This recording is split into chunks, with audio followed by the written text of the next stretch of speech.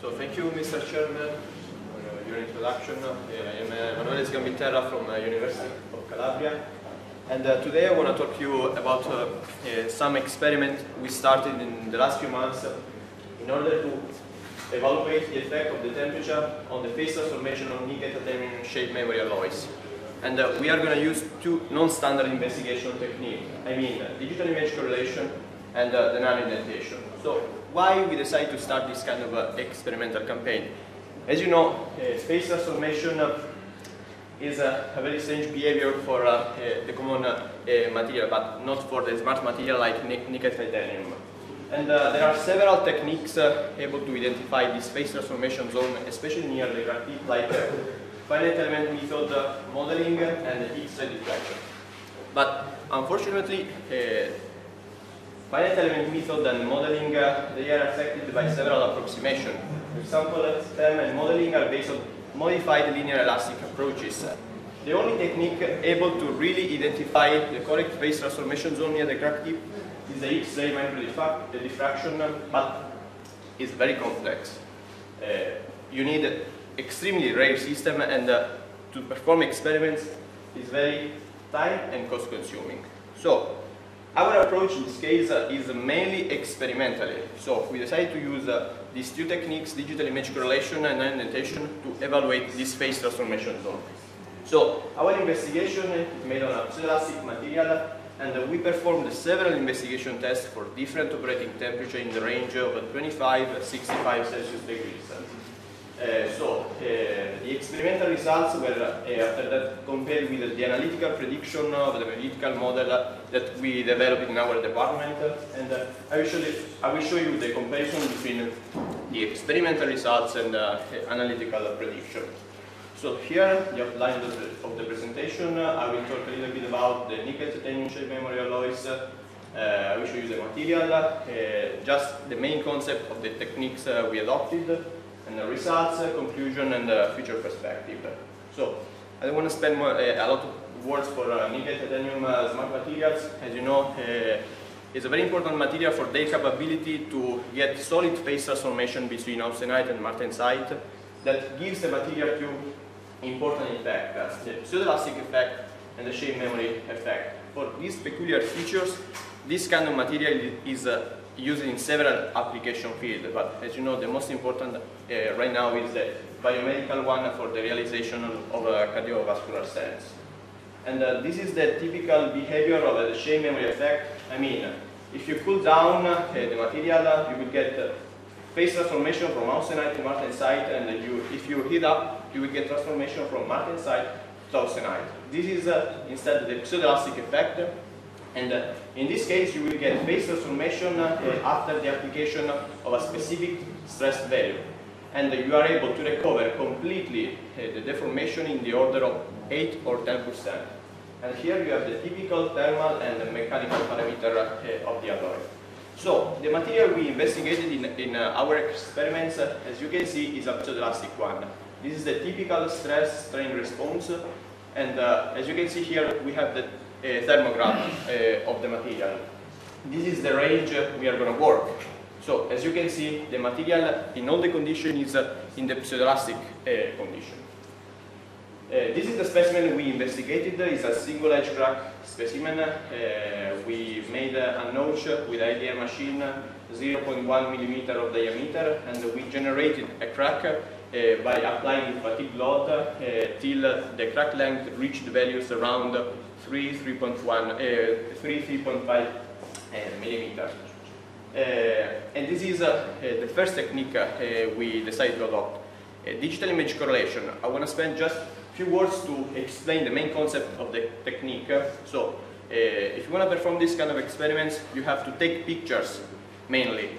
You have to compare a reference picture in undeformed condition and several pictures during the application of the load. So to perform this kind of experiments, you have to follow several steps. First of all, you have to create a grayscale on the specimen. After that, you have to decide your correlation region, so your investigation region, and you have to divide the correlation region in several subsets. It's something like a meshing procedure for finite element method. And after that, the software will work.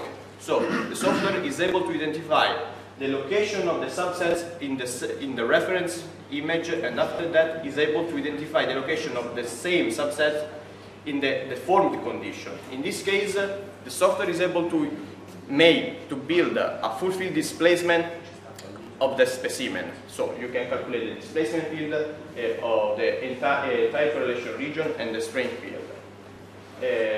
Of course, the technique is very useful because it's a non-contact method that you can get full field results, very localized results, and this is the typical equipment you need. It's very simple. A specimen, of course, white light source, camera, and a computer to manage everything. This is actually our setup. In our case, we decided to investigate a region very close to the crack tip, as you can see, and we applied several load-unloading tests with a maximum load of 300 Newton, and we performed several tests at different operating temperature. In this case, we fix the temperature and control the temperature by using a Peltier cell and a thermocouple. And here we have the typical tensile load-unload test. Here, just for example, I'm going to show you the typical reference picture we are going to take in zero load, so undeformed condition. And here we have the picture that you are going to take at the maximum load. I don't know if you can see here, the crack is completely open in this case, and you can measure the full displacement field around the crack tip. The other technique is the nano-indentation. In our investigation, we use a micro-nano hardness test by CSM, equipped with a spherical indenter with 20 microns diameter, and each test was performed applying a maximum load of 400 millinewton, and even in this case, we performed each test for several operating temperature, and we use the same equipment. I mean, the Peltier cell to fix the temperature and the thermocouple to check it.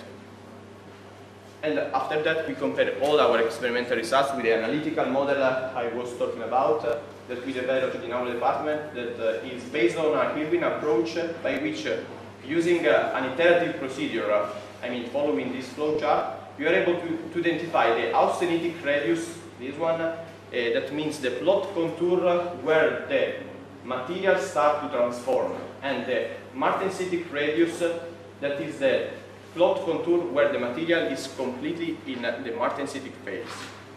So let's start to talk about our results. This is the typical displacement field you can get from the correlation software. Of course, to get this kind of results, you need to optimize several parameters on the specimen. I mean the speckle pattern, the image resolution, the fitting region, and several parameters inside the software you're going to use for the correlation. And only in this case you can get this kind of results, very smooth, very clear. About nano-indentation, our idea is to use this technique to identify the phase transformation zone near the crack tip. How can you do this? I mean, how can you understand if you are going to indent or you are going to work with austenitic phase or martensitic phase? So you have first of all to perform a preliminary study to investigate the typical response of the pseudoelastic material austenitic phase and the martensitic phase. As you can see, there is a big difference between them. Here we have a big recovery for the pseudoelastic capability of the material.